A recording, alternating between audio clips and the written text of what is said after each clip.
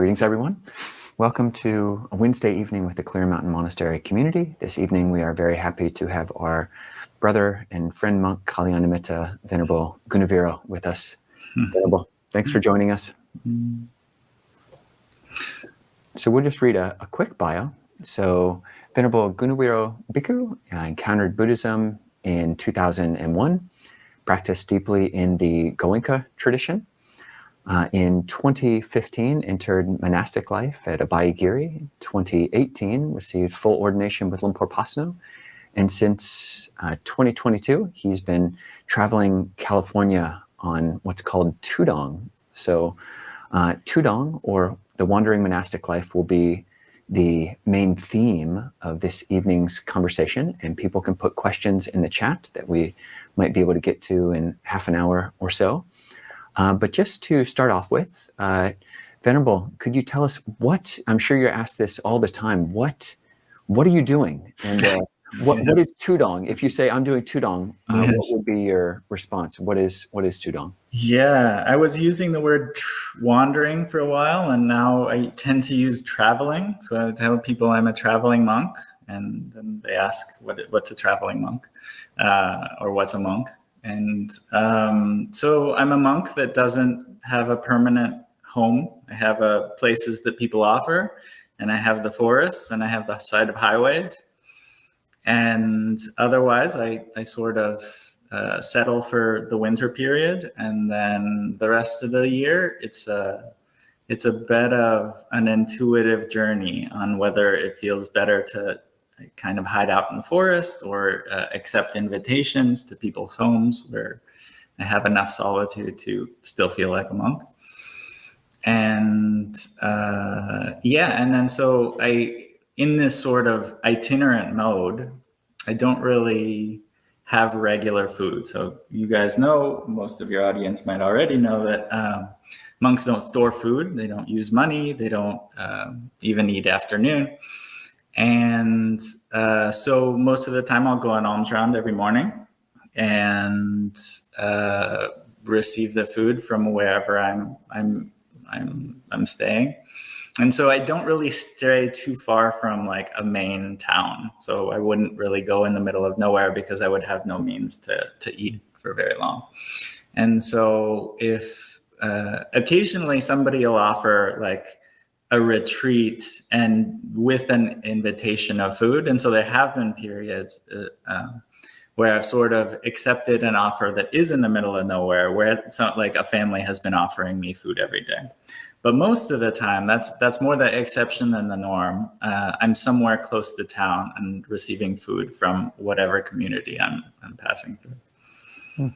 Can you tell us, why did you embark on tudong? Why did you, we trained with you at Abhayagiri. You've been to quite a few monasteries. Why take on the tudong lifestyle, the itinerant mode?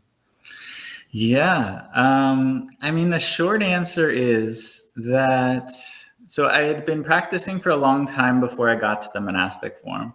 And I already had in my mind, for many of those years, all I had was the suttas. And so all I had was like the Buddha's example. And I didn't really know exactly how I lived because I hadn't read the Vinaya, but I have enough of a sense, like from just reading the suttas, that you see him traveling from city to city. And so I had this image in my mind of like just him completely free at like a very material level, as well as, of course, a spiritual level. And that was just a really inspiring image for me. And so the idea of like walking between towns in a sort of even not knowing where you're going to stay, not knowing if you're going to get food that day, there was something about that image or archetype that really inspired something in me. And so even though like you sort of need to learn a lot as a monk, and so it took, as you guys know, about 7 years of training before I even felt even remotely ready to embark on that. But it was always there. And like the more deeply I studied the Vinaya, the more important that felt in terms of like, you guys know, many of your audience may or may not know, monasteries are very well supported, at least our monasteries are. And in general, like they're, lay people, faithful lay people want to support monks and want to make sure that they have enough of what they need. And there was something about like facing uncertainty, both in like at a very practical level of you don't know where your food is coming, you don't know where you're going to sleep, that felt like it was a good way of kind of pushing the envelope of like, oh, am I still holding on to something? Because when all of your life is very supported, there's a degree to which you can kind of fool yourself into thinking you've let go of everything when you're actually out. And it's not just the food and the safety and the place to stay. It's also the social aspect. Like when you get more insults, like the people that come to a monastery are generally fairly respectful of monks. And when you're out in society, you get a little bit of everything. Still, most of the people that approach you are going to be like, respectful or kind, but not everybody. And so just like the uncertainty of both the material level as well as the social level. Also that even more, it was a small correction on the introduction. In 2002, I started wandering, but for the first 9 months, I was actually wandering in Brazil. And so it was only in 2023 that I came back to California and started wandering here. So anyway, but that's the main sort of, ideal that I was searching for or practice that I was searching for in going out on my own. Mm-hmm. Yeah, and just to give people some context, someone in the chat mentions seeing you on your walkabout through Scotts Valley. So Scotts Valley, California is where you're staying now, and in a few days you'll be leaving, maybe stopping off for a little bit at Los Gatos, and then eventually heading to San Jose for a bit, maybe to Sunnyvale. So that's just a bit of context. So if anybody sees you, they are in those areas, they might see you. And I'm curious, just to go back to something I mentioned in the bio, is something that you and I share, is that large introduction to Buddhism through the Goenka tradition. And I mean, you and I and Ajahn Nisabho, we've been in touch as you've been wandering from time to time, as you've had access to a phone or something. We've talked, and it sounds like you have actually gone back maybe on your wanderings to live near some of these centers. I mean, this is something, that was my main form of Buddhism, main form of practice. And then when I came to the monastery, I haven't gone to a Goenka retreat in over 20 years now. And I'm curious, and I think I'll go again, but I'm curious how your tudonging has overlapped with or related to your practice of tudong life and Goenka practice. Both the method, what you're doing during your days when you're not wandering, and where you're choosing to live, and who you're choosing to associate with, and who's choosing to associate with you. Yeah.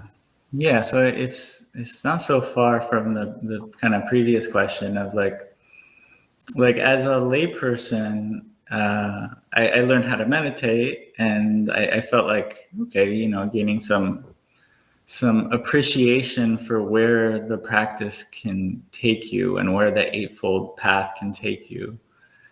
But it was always a struggle. It wasn't impossible, but it was difficult to integrate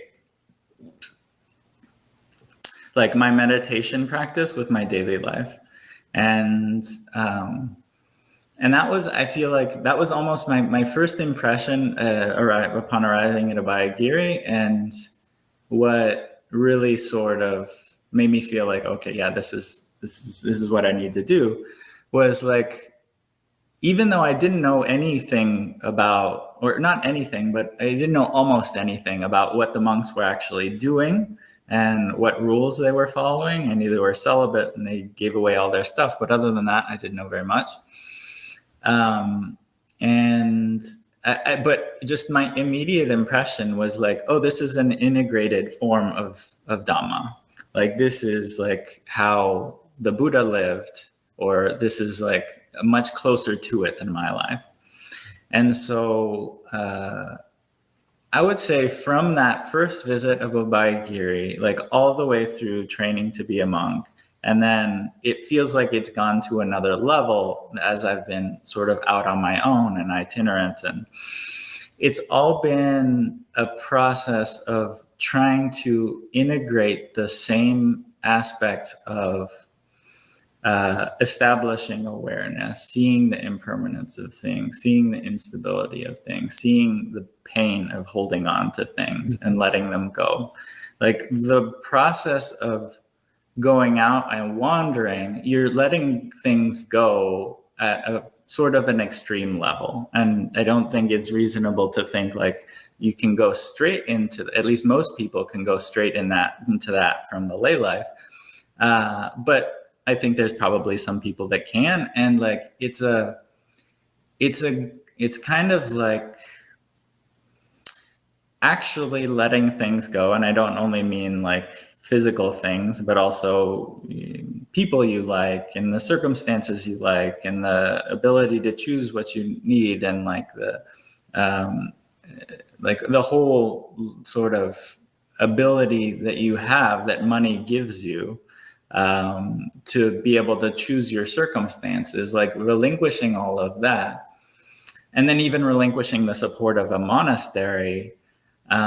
You just see what you're holding on to, because if you're holding on to that, like you're going to be terrified at the prospect of losing it.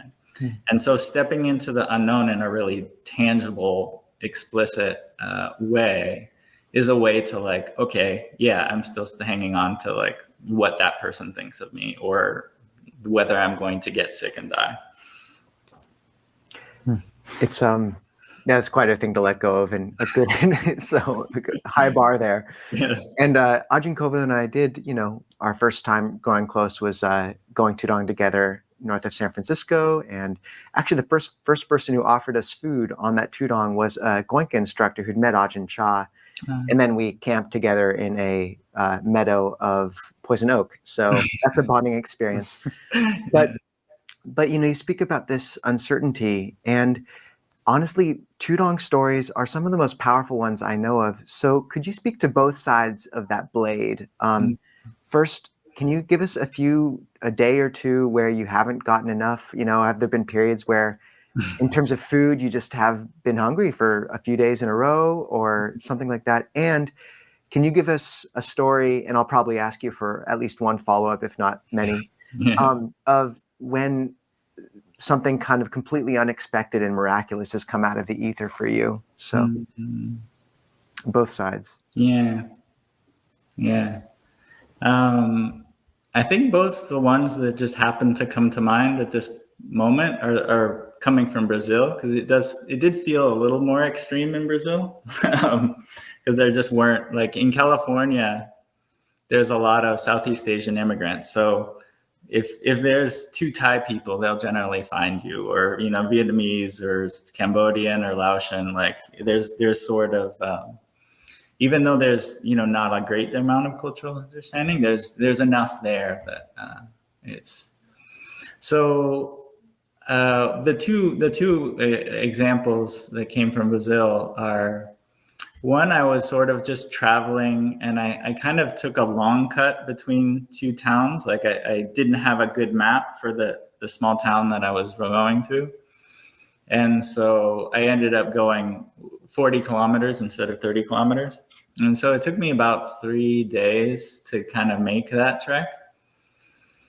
And so A, it was a long way. B, I generally, in Brazil, nobody drinks the water. Like you don't drink the water from the tap. You drink the water that comes from the separate source that people drink. And so I was always kind of, if I was going through a place, I was asking people for like drinking water. And so I wasn't actually filtering my drinking water on top of it. But this was rural Brazil. And I should have been filtering my drinking water. And so by the end of those 3 days, I had pretty severe diarrhea, and I got to that next town, but I would say maybe another couple days I was still pretty sick. I think I made it to, I actually got food while I was like on my way out. Like somebody just sort of, there's like literally no one on this highway except for like gas stations to fill up. And so I went into this gas station, and somebody I had been traveling along that road for a few weeks before. So I just popped into this place to get water. And I think the sort of manager there, not the owner, but the manager was kind of like invited me to food. But anyway, like, I think by that time I had already sort of had enough water contamination that I didn't end up digesting much of that food. By the time I got to this next town, like I was pretty sick. And even on the way to that town, like I was just about getting there, and this woman she was just like, saw me, and she was like, "Are you a monk?" And then I think she caught me a little bit later, maybe like 20 minutes later. I kind of went into this place. I had my water, asked for water, had some vitamin C or something. And then she ended up seeing me like 20 minutes later, and she just started crying. She was like, "I've always wanted to see a monk. I've always wanted to see a monk." And she wasn't in her car, and everybody in this road was like in a car. They weren't really, except for really random people like me. There's nobody walking, but she was in somebody else's car. So she was like begging this person who was giving a ride to like give me a ride. But then I actually turned it down because it was I was already where I needed to go. I could definitely have passed for ill, but so ended up. So those were sort of just some random things that happened to me on the way to this town. I found a pretty ideal place, this sort of bamboo grove on the outskirts of town that wasn't too far from town. But still, like, I think I made it into town the next day, and I ate, but I didn't digest much. And like the next day, I think I probably slept like 16 to 18 hours. Like I was just really, really, really sick. And I wasn't feeling like, oh, I'm going to die, but it was kind of like, okay, this is a good test, because this is kind of the progression that leads to death. And in all earnestness, like, it felt like, yeah, it's okay. You know, there's enough purity in myself that I feel okay about where I'm going if my body dies. And I feel okay about my practice, even though, you know, it's kind of like awareness might have been a struggle, but like the sort of inner unshakability felt solid. And so I remember, this is just kind of getting to be a long story, but one of those days where I was really sick, and I was going through this small town, and it's a beautiful town, great town for tudong. And so somebody sort of offered me like, "Oh, do you need anything?" And I would be, "Yeah, I'd be happy to accept any food you'd like to offer." And she went, and she was like, "Oh, are crackers okay?" And I was like, "Yeah, sure, great." And so she went into the store, she bought me a bunch of crackers and came out. I can't remember, somebody else might have offered me a piece of bread too. So I was like, okay, crackers and piece of bread, that's probably what I'm going to be able to digest. So I go up to like the main town square. So most towns in Brazil have like a Catholic church and a park in the middle of town. So you can pretty much always find a nice place to sit and eat your meal.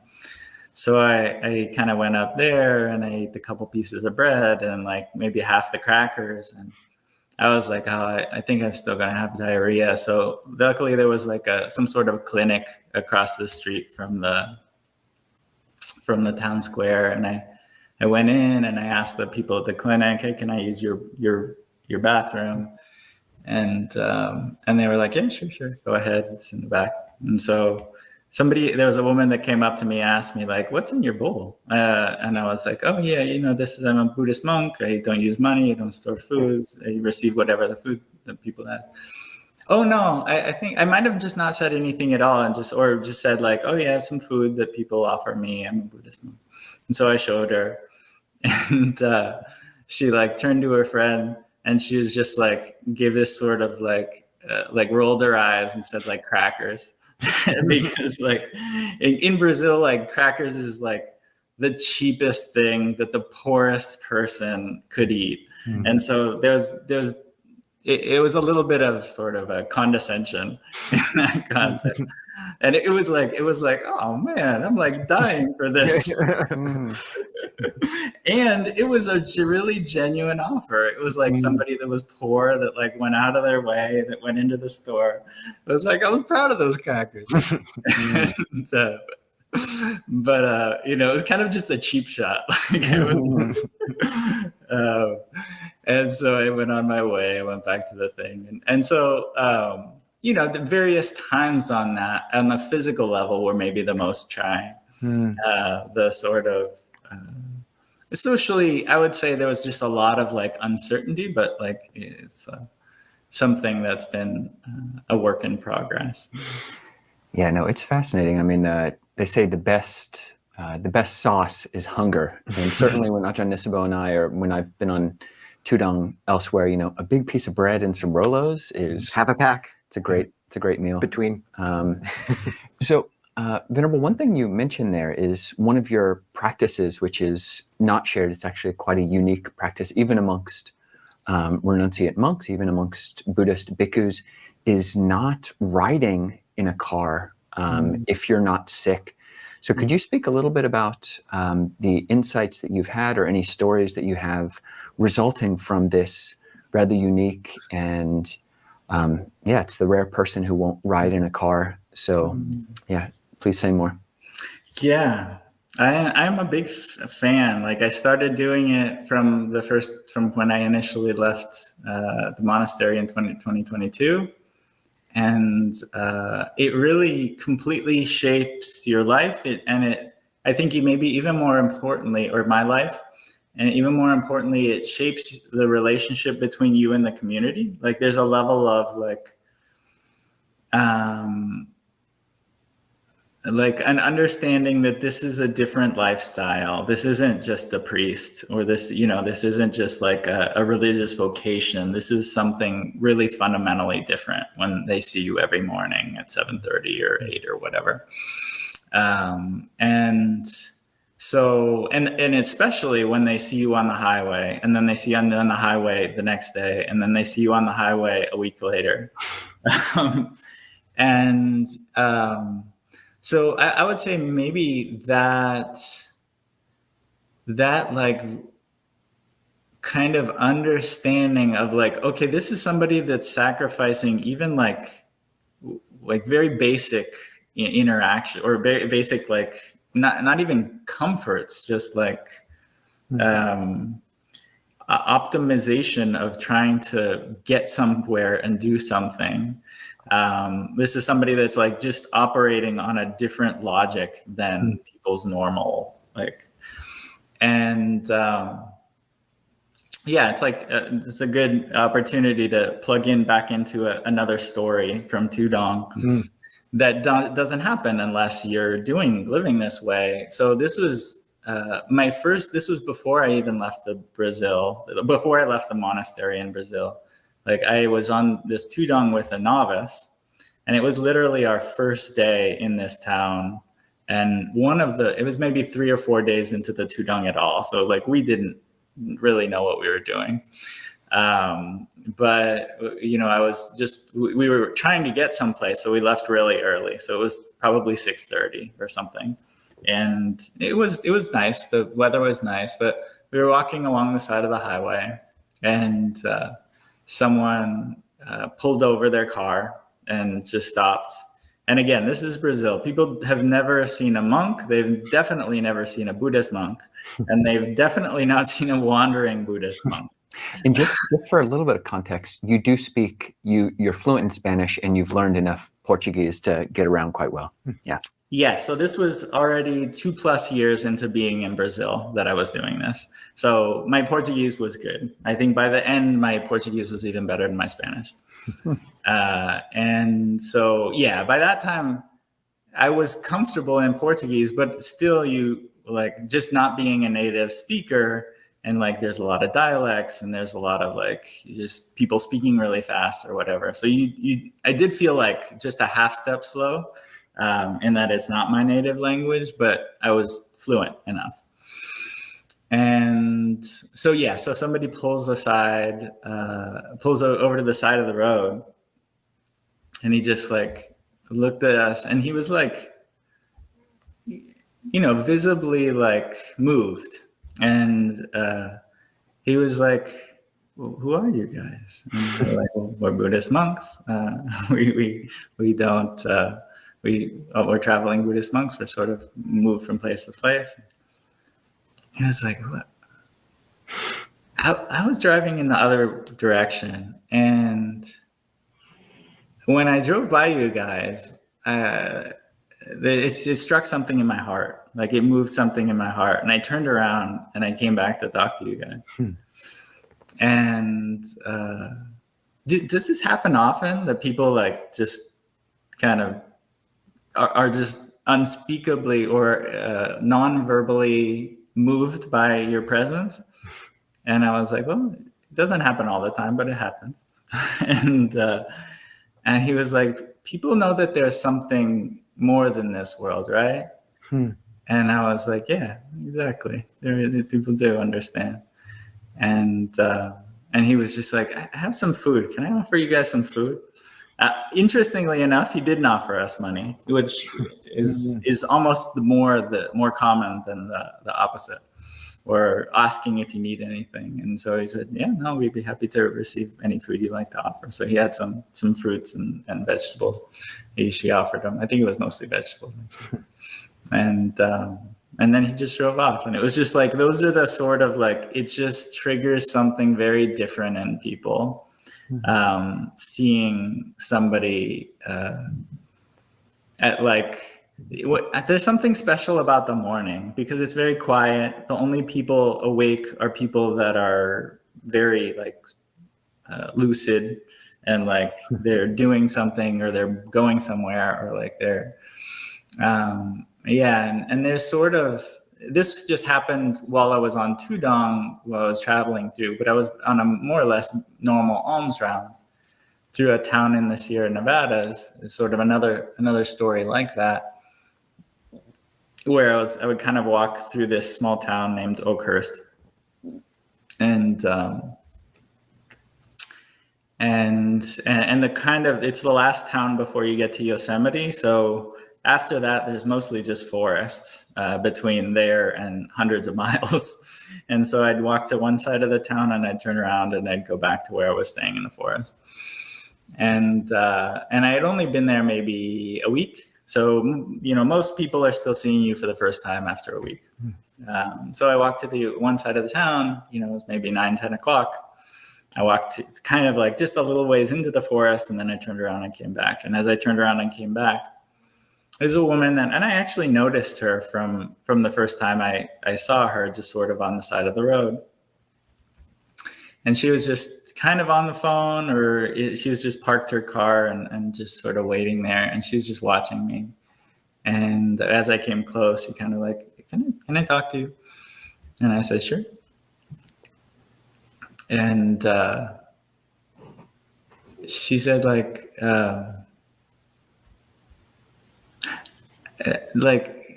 I wish I could almost have recorded her, because it was really something I can't recreate. She was like, I've been through a lot in the recent past. Like, you wouldn't even believe how much stuff I've been through. But like, what I got from you right now, like, made me understand, something like that. And she's, the most of the time she was just saying like, I can't explain it. I can't explain it. And like, what was blowing her mind is also like, I was coming out of nowhere, just out of the straight wilderness. But also, I think maybe even more importantly than that,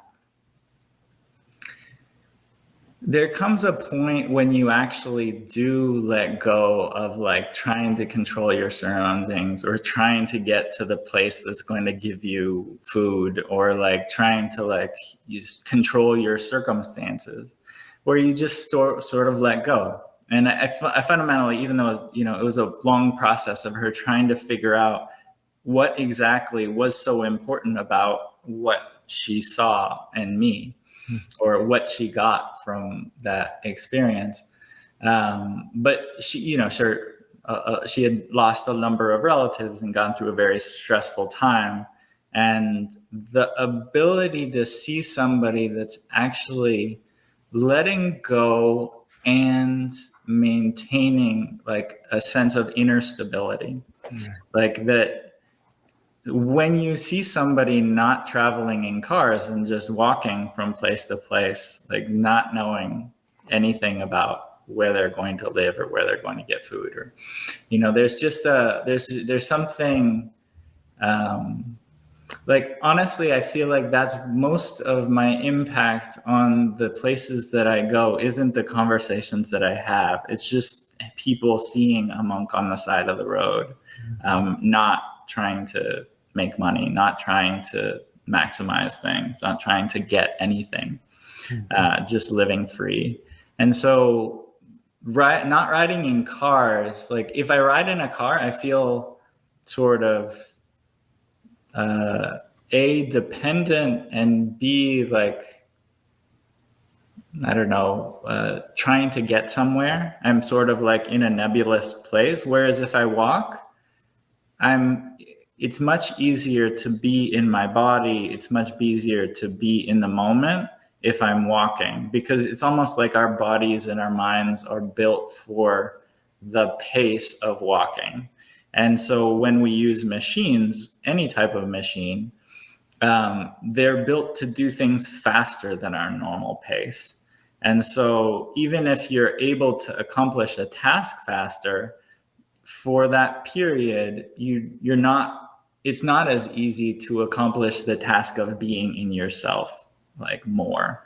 And so if it takes you 10 times as long to get somewhere walking, but your goal is to be present every moment, then walking is the better way to go, as opposed to taking the car ride and being there in 2 hours. Also, yeah, there's a level of, like, because monks don't generally drive cars, it cuts out a level of complication of like, okay, come get me, and I'm going to be here, and I can't leave unless you're ready to go. And so when you sort of design your life around walking, you're more free. I'm more able to just up and leave a situation because I have everything I have, or everything I need. So, and I've used that on occasion, like where there's been a situation that's not felt appropriate, and so I can just leave because I don't need a ride. I don't need to get anywhere. I have the things that I need to survive in the forest. So it ups the level of like freedom, both at a practical level and as like awareness, spiritual level. Thank you, Ton Gunaviro. And, you know, as monks who have, at the moment, I mean, we go alms round most weekdays, but there's a whole different level of kind of uncertainty that when our brothers go on tudong, it really lets us touch into. And these stories honestly feel sacred to me. They always do. So just thank you for holding that space. And yeah, in terms of representing something unique, we tried to find you online. And I think one of the few places was a Reddit thread that was debating who's that guy? Who's the guy of Santa Cruz? And you were voted against a guy with a pink umbrella, but we thought you deserved it. So, but just to say, you know, that unique space that you can occupy and what that kind of lets you step into. So I would love to ask more questions or more stories, but we want to take a few questions from the chat as well. Bonnie says, thank you, Venerable. What gear do you carry and what do you use to navigate? And do you have a phone? If you do, who covers the cost? The second one's easier. I don't have a phone. No one covers the cost. The first one is, what do I carry? So I had like my sum total of things that I generally have on with me when I'm traveling. I have 2 tarps, one for above me and one for below me. I have some cord. I have a mosquito net. I have an umbrella. I have a wool blanket. I have my 3 robes. I have my bowl. I have like razors and various toiletries, like some things. I have poison oak medicine, which I use pretty regularly. That's pretty much it. I'm trying to think. I'll have like a couple like empty water bottles or full water bottles. Sometimes, generally, I'll have a few medicines, but not very many. Just like some various things. I'll have psyllium husk. That's a medicine that I have pretty regularly. And if I don't have, I'll take people up on offers. Yeah, that's pretty much it. There's probably a few things that I missed, but. And how do you navigate? How do I navigate? I've discovered the value of really good maps. So I don't actually stray that far into the forest because I kind of have to stay close enough to a town to go on alms. So usually I'm like right on the outskirts of town. Also, the places that you can usually find a place to sleep without jumping fences and like getting into trouble are actually closest to highways, because once you start to get into like roads that people live on, like people are going to be like, well, who is this guy? But if you're next to a highway, nobody's really going to care. So usually I won't stray that far away from like what a good map would give you. So if I have a topo map, that's even better because I can kind of guess, okay, that's flat enough where I can probably sleep there, or that's too steep. But even just a normal like city level map will usually get me a good enough sense of how to get where I need to be. So our next question comes from Celia. Very impressive, Sadhu. Does Ajahn give online teachings when you settle down for winter? It would be great to listen to your teachings and insights on impermanence and uncertainty. So we know that you have a website, or there's a website which is kind of talking about you and giving updates. Is that live right now? And yeah, please answer this question as well. Yeah. So yeah, this was just a few months ago. Some people that have been supporting the journey sort of set up a website, which I gave them told them they were welcome to do. And so yeah, I haven't been doing like this is officially the first internet teaching that I've given, and I'm actually I have been trying, just sort of when I was in Santa Cruz, I was giving more in-person talks, and as I sort of keep going, I think I'm trying to give more talks in general in terms of like the full moons, new moons, 8th days of the lunar observance cycle. And then as far as like recorded and like internet worthy docs, like I'm generally okay with people recording it, but I'm not interested in the technological side of it. So if lay people are interested in making it happen, I'm happy to let it happen. We understand well the dukkha of AV, and we will post the link to the website that speaks of Ten Gunaviro in the description here, and people can access it and at least get some measure of update, and maybe there's even some ways to offer support. We'll see what's there. Yeah. Right now, there's none of my teachings because they're not generally recorded right now. But there are some translations. Like I'm sort of an avid Pali studier, and so I've just recently started translating, and so I don't think they're up there yet, but they will be soon. And Ajahn Nisabho just mentioned ways that people can support you. Is that how can people do that? Yeah.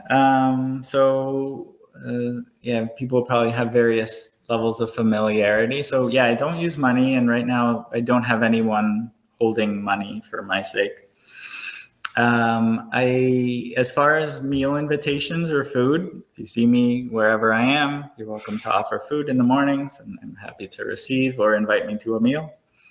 As far as robes, generally the robes have sort of manifested pretty quickly whenever I've needed them. But if you'd like to offer robes, again, just sort of make that intention known.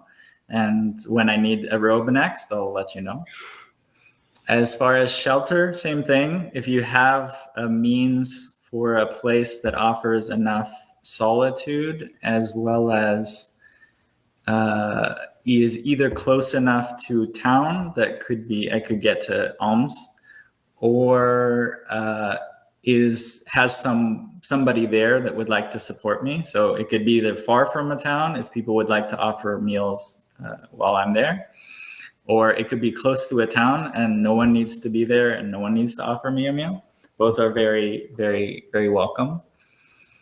And medicines mostly happen through like just people making an offer of sort of approaching me directly and say, if you ever have medical costs, if you ever need to see a doctor, or, I'm an acupuncturist or whatever, I'd like to offer you my services. Or just in any form, whether it's offering Chinese medicine or offering supplements or offering the cost of medical expenses. People usually just explicitly make an invitation to me. And then, so that's the main, and then other miscellaneous things as well. Sometimes people are just like, okay, I want you to tell me if you need anything forever. And so sometimes it's a very blanket offer. You guys are in the process of starting a monastery. I would love for someday to be a part of a monastery being established, but I'm very much letting that be a lay spearheaded initiative. So if people are interested in coalescing and figuring out, because starting a monastery and buying land and maintaining the property and understanding the zoning is sort of a long-term project. So if people are interested in participating in that, they can be in touch with me and I can put them in touch with other people who are interested. But that's sort of a more longer term sort of way of supporting, and it'll take some time. So I would say those are kind of the 5 ways.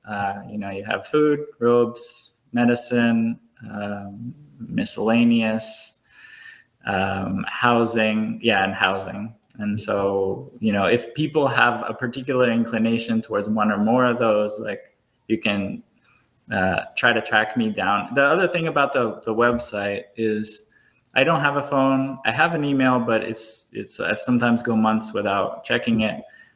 People are welcome. You're welcome to put my email down below, but with the caveat of like, it might be a few months till I get back to you. But also the website it's run by lay people. And so whenever I get to someplace relatively stable, the website also has this, it's not really attached to the website, but there's a WhatsApp group of people that have been looking to support me. And so people can join the WhatsApp group, and then there's a little bit more regular information of like somebody saying like, oh, Bante's at my house now, or whatever. And so even though I don't have a readily, easily accessible ways to be in contact with me, like the WhatsApp group is a good way to like be able to get a message to me wherever I am. And we'll also try to get Gunaviro on to share his kind of travels with us from time to time as well. We are going to keep you on a little longer than our usual 6:45 closing, just because this is great. But we will be jumping over to Zoom if people want to have more discussion later. Before that, though, I just wondered if, as you've wandered, are there any parts of the early texts that have begun to glow to you more and more, or which have really gained relevance and power as you've lived this mendicant lifestyle, either in the Vinaya or the suttas? Any gems? Yeah.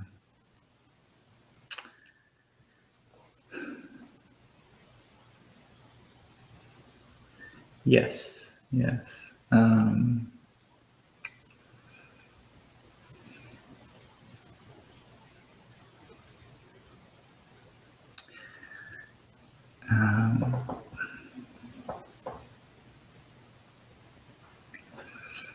yeah, it's a lot.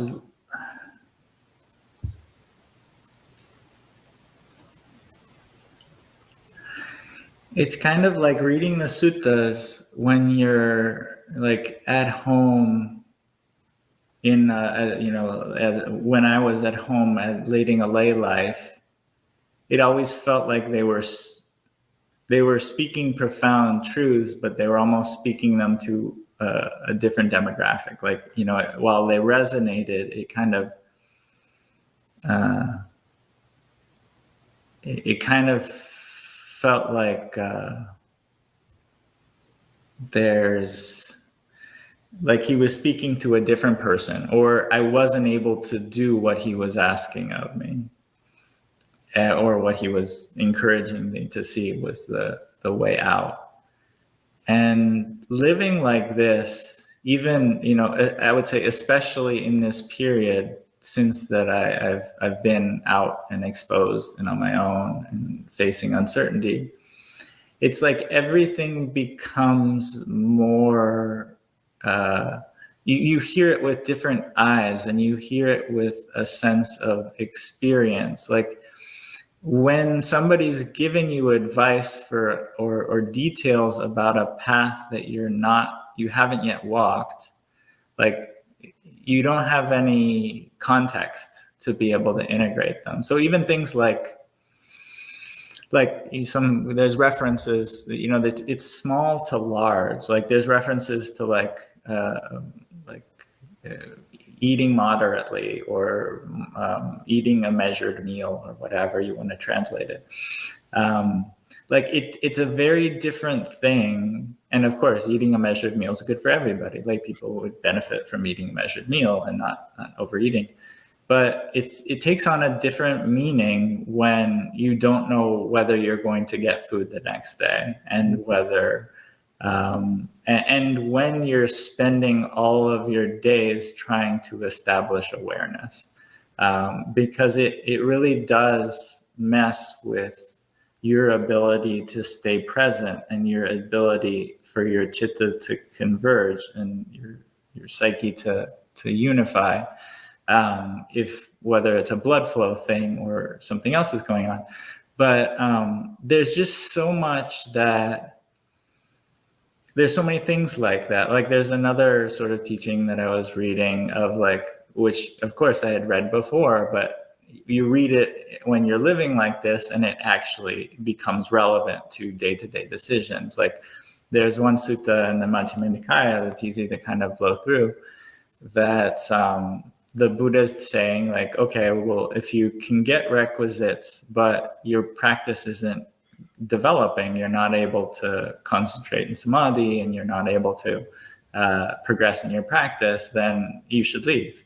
And if you can find some place where your practice is actively progressing and your samadhi is good, you should stay. And so like the average layperson can read that and be like, okay, cool.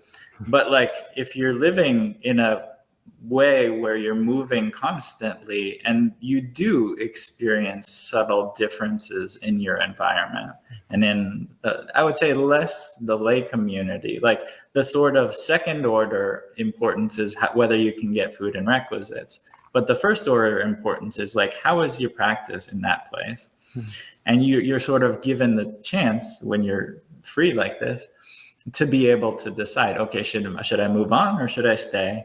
And sometimes it's very clear, sometimes it's not so clear. And the Buddha is giving you like very specific direction on how to make your day-to-day decision. So those are just two small examples, but it comes up all the time. Yeah, just in terms of suttas, there's some relevant suttas in the Numerical Discourses, Book of the Fives, numbers 222 and 223, which are the 5 benefits of living in one place for too long. Yeah. So this is what Ajahn Nisabho and I, and basically most monastics around the world, have to look out for, is that we start to gather a lot of possessions. We start to maybe hoard medicines. We start to take on all sorts of tasks. We worry about when we're going to leave the monastery, what's going to happen in the monastery. We have maybe inappropriate relationships with people who are around the monastery. Then one of the suttas right near that is the 5 dangers of just wandering for too long. So you don't hear teachings that you hadn't heard. You're not able to clarify those you've heard. You don't gain confidence in the suttas that you've heard. You contract illness, as you've mentioned, or you just don't have friends. And I think two of the ones that are relevant there that I'm curious to hear your take on is, the mirror of friendship, having people who are able to give you feedback like, oh, you're doing something really inspiring, which, is one thing coming from people maybe who don't know Buddhism that well versus people who are, really like know the rules really well. And how do you do you have a plan, or how do you, we've been in contact with us. We're your friends. We're your friends. Yeah. But what is your plan for making sure that you don't kind of, in the words of Luang Por Pasanno, lose the plot? Yes. Yeah. In the back of my mind, really this whole journey, like the almost 3 years now, it's kind of felt like internally, I'm pretty clear about what's going on in my practice. I can feel when it's deteriorating. I can feel when it's solidifying. I can, there's just a level of,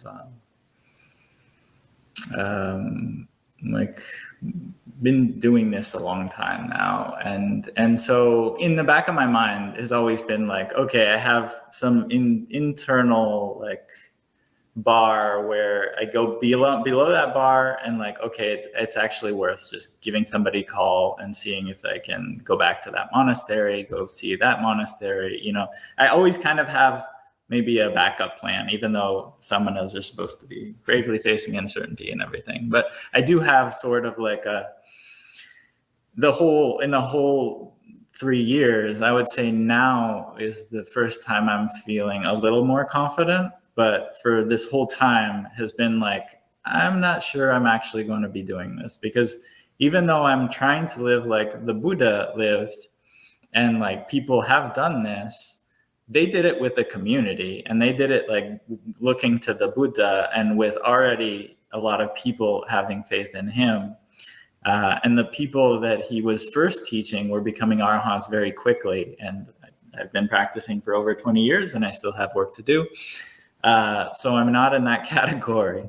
So it's kind of been an internal question that is regularly in the back of my mind of, is this what's actually most productive for my spiritual development? Or would I benefit from plugging back into a monastic community? And yeah, it's been like, if the bar is here, there's been times of great confidence and there's been times where I'm like, okay, I'm close enough to that bar. Why don't I start investigating whether going to that teacher or that monastery might be possible? So it's not like there's a regular process of like reevaluating whether this is realistic and I'm actually able to grow in through this process as opposed to just dissolve into it. And maybe on a similar level, it's not something I would like mention the bio. I'd sort of been practicing regularly, like 2-3 hours a day for well over a decade before I got to the monastery. So I already had 20 plus years of like a regular practice when I started this journey, plugging into very structured communities and like deference to people that were farther on the path than I was. So it took a great deal of maturation before I even felt internally ready to take it on. And there's a point in that when it's not like delusion isn't only a mental experience, it's also an experience. Like delusion feels like something. And like, I'm familiar with what delusion feels like. You're sort of hanging on to something. You're shutting something out. There's like a subtle something I don't want to see. And the more aware you are of like what non-delusion and wisdom are as an experience, the more you sort of have a touchstone for feeling like, I'm not sure what I'm deluded about, but something's not right here. And so the sort of check on ego and self, and like, you know, there's very much that's an internal question that feels like it's not just a mental construct, it's an experience. And it's an experience that I'm very careful about. Venerable, thank you. Something that you just touched on now is that you were practicing for a really long time, practicing meditation. And something you just glanced and touched upon was that you basically went into a very strict and regimented monastic training for 7 years before you did this walkabout wandering. And I'm curious, I mean, a lot of, especially young men, but macho young Americans, maybe they learn about this very inspired and inspiring wandering life, and they think, yeah, that's how the Buddha did it, and they just want to jump in the deep end. And for myself, it's actually an extremely rare person who I feel like is actually ready to do that from the outset. And I'm curious if you feel the same way, if you feel that having some kind of serious foundation in a monastic training before people try to jump in to do what you're doing is important, or what's your general advice for someone who says, yeah, I want to do that. That's the real thing. Yeah. So yeah, I mean, your intuition is the same as mine. But I mean, yeah, there's,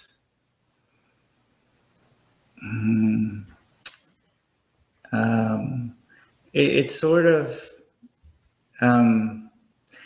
it's not a fruitful process to try to do a part of the path that isn't the most relevant to where you're at. So kind of a starting point needs to be like, an understanding of what the path is, like look deeply, and especially if you have good teachers that you trust, make sure you have a really deep understanding of what each of those aspects of the Four Noble Truths and Eightfold Noble Path mean in a very tangible, experiential, like understand. If you don't have a like clear conceptual, at the very just basic like view level understanding of like where the path is leading, then you just sort of the likelihood it's going to succeed is very low. And then once you have a sort of understanding, okay, this is generosity, this is morality, this is renunciation, these are the Four Noble Truths, this is the role of craving in creating this cycle of pain and suffering. Once all of that sort of fits together, then it's sort of an evaluation of like, okay, where am I at? Is the monastic life the most appropriate based on where I'm at? Is it realistic? Can I sustain it? Or is it better to just sort of take on the 8 precepts once a week and like try to live a really good life and build my morality or build my generosity and like work up that spiritual force to get you to the point where you can, you have the resilience to be able to, make that heroic push for nirvana and nibbana. And so, yeah, it takes a good amount of understanding and then a self-evaluation of like where I'm at, what are my unwholesome qualities? What are my wholesome qualities? How strong are my wholesome qualities? Where are my strengths? Where are my weaknesses? What do I need to work on? And then, and this is, you guys know, but a lot of lay people might not. We're actually required to spend at the very least 4 to 5 years, 5 vasas, 5 rainy seasons with a teacher training before we should strike out on our own. And so, and that's like, if you're extremely competent, that's if you're your teacher gives you the like, okay, you seem like you're ready. And so that's the minimum. Like that's the very bare minimum where you've been trained. And if you haven't gotten training, like it just doesn't work. Like I think in the best case scenario, you walk into a situation where you can ordain and go out and do whatever you want. The base case scenario is you go out, you do what you want, and you realize you need training. And so you go seek out a teacher that can actually give you some guidance on how to make this life work. Because there's just a lot of both spiritual and practical that goes into like being able to live in the forest and having those skills and being able to like memorize enough suttas so that you don't need to carry around a lot of books with you. And enough, most importantly, just if you don't have happiness and peace in your practice, if you don't have that contentment and can't get there regularly, the likelihood you're going to be able to get there without any sense pleasures and not having regular food and shelter is like much, much lower than it is when you're inside. So you need a great deal of maturity to be able to make it sustainable. And so it's not the end of the world to experiment, but I think there just needs to be a lot of like honesty about what's actually most important for me right now, as opposed to like, how do I get to Nibbana as soon as possible? Because the way to get to Nibbana as soon as possible is to work where you're at, as opposed to work where the thing that inspires you is at. Thank you, Venerable. And yeah, just to speak to that, I think it's Udana 4.1 or the Kemiya Sutta, where there's a monk that wants to go off and the Buddha warns him, you're not ready yet. And kind of he comes back a bit chastised and is sort of exhorted on the benefits of spiritual friendship. So we have appreciated the chance to actually connect over these years and hope we get to bring you back into contact with the community over time to share stories and experience which genuinely feels sacred.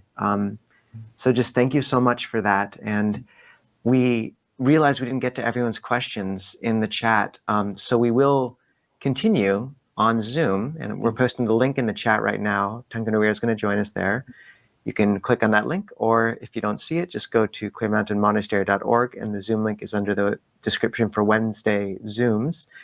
And for those who are interested in going, the teaser question we'll have Guṇavīro lead with on the Zoom is, how have you come to be with your birth family? And how have they come to be with their sort of choice, your life choice, which is a great question. And what languages do you know? That's the other question. Two teasers. So, Guṇavīro, thank you so much. We hope we get to visit you, or you get to visit us in Seattle. Yes. Okay, second.